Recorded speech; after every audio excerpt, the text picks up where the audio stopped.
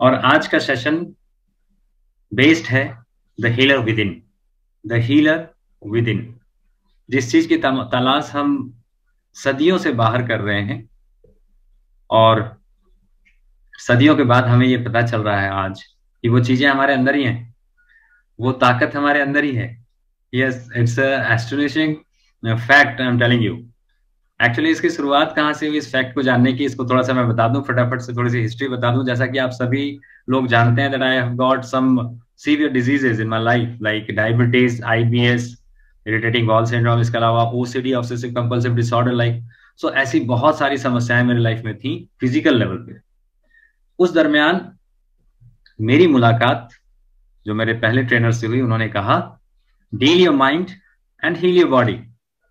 सो उन्होंने ऐसा कहा कि just you have to deal your mind and you will heal your body.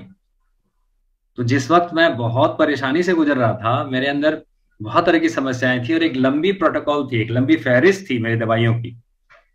सो उस वक्त कोई मुझे ये कहता है कि एवरीथिंग इज रिलेटेड, और जिसको कह सकते हैं कि deliberate sorry controlled by your mind, you have to first deal with your mind and you can heal your body. तो थोड़ा तो लगा कि कुछ एस्टोनिशिंग इंफॉर्मेशन है और मुझे जानना चाहिए, बट पूरी तरह से यकीन नहीं हुआ, because in last few years, कुछ 50-60 सालों के दरमियान हम इतने ज्यादा लॉजिकल हो गए हैं कि we need some logical evidences. वो बातें मुझे कुछ ऐसी लगी कि भाई कुछ मैजिकल कुछ है, कुछ ऐसे जादू होगा और समथिंग विल हैपन। तो ये मैंने पूरी तरह से यकीन नहीं किया। And while I was learning so and so कुछ चीजों को वो बता रहे थे, मैं लर्न कर रहा था, लेकिन कहीं ना कहीं वो यकीन नहीं बन रहा था। मुझे लगा कि मुझे और कुछ जानना है इसके बारे में। और उसी दरमियान मैंने बहुत सारे रिसर्च पेपर पढ़े, बहुत सारे बुक्स पढ़ना शुरू किया हीलिंग के ऊपर। और वहां पे मुझे एक एस्टोनिशिंग फैक्ट की जानकारी हुई, which is called placebo, placebo effect. So what is placebo? ये इसे थोड़ा सा मैं एक्सप्लेन करूंगा, जो मैंने जाना समझा उस वक्त। इस प्लासिबो इफेक्ट को जानने के क्रम में मुझे एक इंसान के बारे में जानकारी मिली जिनका नाम था मिस्टर राइट। मिस्टर राइट को एक एडवांस कैंसर थी, जिसको कह सकते हैं लिम्फोसार्कोमा, जिसका नाम है लिम्फ नोड्स के कैंसर्स। हमारे शरीर में बहुत सारे लिम्फ नोड्स होते हैं। एक्चुअली लिम्फ नोड जहां पे लिम्फोसाइट्स रहते हैं हमारे, उसको कह सकते हैं इम्यून सेल्स, और वो कुछ समझ लें कि मटर के दाने की तरह होते हैं। एक तरह से वो फिल्ट्रेशन सिस्टम है हमारी बॉडी का, जहां से चीजें फिल्टर होती है, कोई नेगेटिव केमिकल या नेगेटिव तरह की कोई चीजें, एलिमेंट आपके बॉडी में ना जाए और वो आपको हार्म ना पहुंचाए। जैसे आप समझ लो कि आपके गले में ही ऑलमोस्ट बचपन से लेकर अब तक तकरीबन 400 लिम्फ नोड्स हमने डेवलप किए होते हैं। अच्छा, ये लिम्फ नोड्स एक्चुअली गले में इतने ज्यादा क्यों है? क्योंकि नाक से, मुंह से, कान से, आंखों से वायरस, बैक्टीरियल इन्फेक्शन हमें होते हैं, और उन्हें ट्रैक करने के लिए और उन्हें डिस्ट्रॉय करने के लिए गले में ईश्वर ने या नेचर ने हमें लिम्फ नोड्स दे दिए, ताकि उन्हें हम फिल्टर कर सकें। उन्हें हम एक तरह से वो जैसे हम कहते हैं ना, वो कैंप्स होते हैं, कैंप्स, आपके जो फाइटर सेल्स हैं उसके कैंप्स हैं। लेकिन समस्या ये थी कि मिस्टर राइट को उसी में कैंसर्स, उन्हीं जगहों पे कैंसर्स होने शुरू हुए। और उसमें हुआ ये कि उनके जितने भी लिम्फ नोड्स थे ना, जहां जहां, जैसे आर्मपिट में, गले में, एब्डोमेन एरिया में, इसके अलावा अंदर भी ऑर्गेनिकल ऑर्गन में उनके जो लम्प्स बनने लगे, और वो लम्प्स लगभग ऑरेंजेस के साइज के होते थे। तकलीफ काफी थी उनको, और उसी दरमियान वो एक हॉस्पिटल में एडमिट हुए। उनका ट्रीटमेंट चल रहा था। उनके जो अपने डॉक्टर थे वो उनसे प्रयास कर रहे थे, बट उस समय जो रेडिएशन थेरेपीज वगैरह जो होती थी वो उन्हें नहीं दी जा सकती थी, बिकॉज ही हैड एनीमिया। उनको एनीमिया भी था, और ऐसे में वो कैंसर रिलेटेड जो ट्रीटमेंट प्रोटोकॉल होते थे वो देने से उनकी मृत्यु हो सकती थी। तो ऐसे में उन्हें वो नहीं दिया जा सकता था। हालांकि उन्होंने बहुत बार फोर्स किया, उनको जीने की बहुत इच्छा थी मिस्टर राइट को, तो वो बहुत बार फोर्स करते थे कुछ करो मेरे लिए, but doctor was actually helpless. तो ऐसे हालात में वो अपने जीवन को बस एक तरह से कहते हैं कि एक उम्मीद के साथ जी रहे थे, काफी तकलीफ में। उसी दरमियान जिस अस्पताल में वो रह रहे थे, वहां पे एक रिसर्च चल रहा था, कैंसर के ट्रीटमेंट के बारे में कुछ रिसर्च चल रहा था, और उसी में एक दवा के बारे में वहां चर्चा हो रही थी हॉस्पिटल में जहां पे वो एडमिट थे। और लोग बातें कर रहे थे कि एक दवा का इजाद किया जा रहा है, इन्वेंट किया जा रहा है, जिससे कैंसर को ठीक किया जा सकता है, और उस दवा का नाम था कैर्बियोजेन, क्रेबियोजेन actually.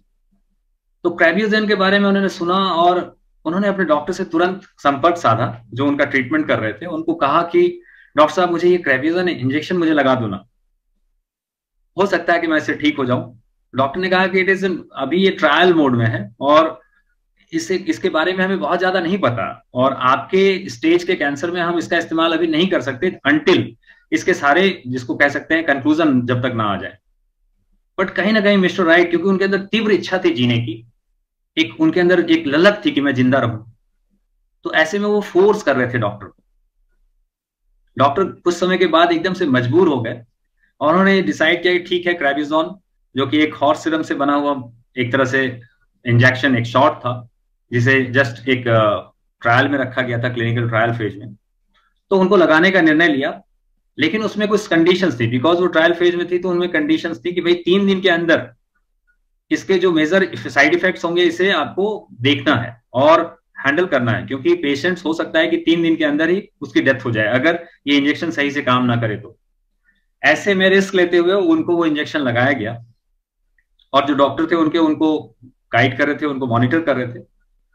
And after 3 days doctor जब उनके पास पहुंचे उनको एग्जामिन करने के लिए, तो डॉक्टर ये देखकर पूरी तरह से चौंक गए कि मिस्टर राइट, जो कि चलने फिरने में असमर्थ थे, अपने आप को वो मूव नहीं कर पाते थे, बहुत तकलीफ में थे, डॉक्टर के एंटर करते ही उनके कमरे में उन्होंने बिल्कुल एकदम से जैसे लपक के अपने बेड से उठे, उस तरह से उन्होंने एकदम से एक्टिवली वो खड़े हो गए उठकर, वो खुद चल पा रहे थे और वो बहुत खुश थे।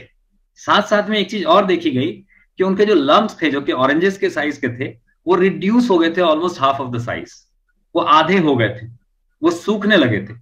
दे वर मेल्टिंग एक्चुअली, डॉक्टर का ये कोट है, दे वर मेल्टिंग लाइक, जैसे कोई आप हॉट स्टोव में अगर आप आइस बॉल्स को रख दो तो कैसे वो मेल्ट होते हैं, उस तरह से मेल्ट हो रहे थे। सो ये एक बहुत ही जबरदस्त, जिसको कह सकते हैं, फिनोमिना था, जिनको डॉक्टर्स और वहां के नर्सेज और बाकी लोग देख पा रहे थे। इसके बाद हुआ ये आश्चर्यजनक रूप से 10 दिन के अंदर उनके सारे लम्प्स चले गए। He was fit and fine पूरी तरह से, और साथ साथ में उन्हें हॉस्पिटल से उनको डिस्चार्ज भी कर दिया गया। ही गॉट होम, वो घर पहुंच गए और अपने जीवन को वो बहुत अच्छे से जी रहे थे। ऐसे में कुछ दिन बीते, कुछ हफ्ते बीते। ऑलमोस्ट 2 महीने के बाद मिस्टर राइट एक दिन अपने घर पे थे और तभी न्यूज में उन्होंने, वहां के लोकल न्यूज में एक सूचना सुनी, और वो सूचना थी about krebiozen, the medicine, the shot उनको दिया गया था, जो मेडिसिन। और उस सूचना में ये बताया जा रहा था द कंक्लूजन हैज कम, और ये जो क्रेबियोजन है ये वर्थलेस है, ये दवाई जो है बेहतर ढंग से काम नहीं करती। ये सुनकर मिस्टर राइट को बहुत हैरानी हुई और वो हैरान परेशान डॉक्टर के पास पहुंचे। डॉक्टर के पास पहुंचने के बाद उन्होंने कहा, डॉक्टर साहब ऐसी ऐसी बात मैं सुन रहा हूं और क्या करूं। डॉक्टर ने एक चीज देखा उस वक्त जब वहां पे पहुंचे थे मिस्टर राइट, उन्होंने देखा कि उनके जो लंप के साइज हैं दे वर इंक्रीजिंग, वो बड़े हो रहे थे फिर से, और ये चिंता की सबब थी। ऐसे में डॉक्टर ने वो किया जो उनको करने का, शायद आज अगर वो करते तो उनके ऊपर बहुत सारे ऑब्जेक्शंस होते, या हो सकता है उनका लाइसेंस छिन जाता। उन्होंने अपने पेशेंट से झूठ बोला। उन्होंने कहा कि ऐसी जो भी सूचनाएं आ रही हैं ये पूरी तरह से सत्य नहीं है, और क्रेबियोजोन जो है वो इफेक्टिव है, ये पोटेंशियल ड्रग है, और 2 डोजेज और इसके एडवांस आए जो मैं आपको देने वाला हूं। और उन्होंने फिर से उनको एक इंजेक्शन लगाया, that is injection was filled with only saline water. और वो इंजेक्शन लगाने के बाद फिर वो घर चले गए, और दूसरे इंजेक्शन के बाद वो फिर से दुरुस्त थे, लिम्फ जो उनके जो लम्प्स थे वो रिड्यूस हो गए, and he was living quite well. कुछ दिनों के बाद अगेन एक फाइनल वर्डिक्ट आता है अमेरिकन जर्नल ऑफ मेडिसिन में, और उसमें ये बात लिखी हुई रहती है कि क्रेबियोजन कंप्लीटली वर्थलेस दवा है, इसकी पूरी तरह से हमने एग्जामिन करी और ये किसी भी तरह से किसी भी पेशेंट्स की हेल्प नहीं कर सकता। ये बात जब मिस्टर राइट ने पढ़ी, with in 2 months he died, उनकी मृत्यु हो जाती। यहां पे एक चीज सोच कर देखें, सच्चाई भी ये थी कि क्रेबियोजन जो था वो दवा वर्थलेस थी, लेकिन आखिर ऐसा क्या हुआ कि उनके बॉडी ने खुद को हील करना शुरू कर दिया।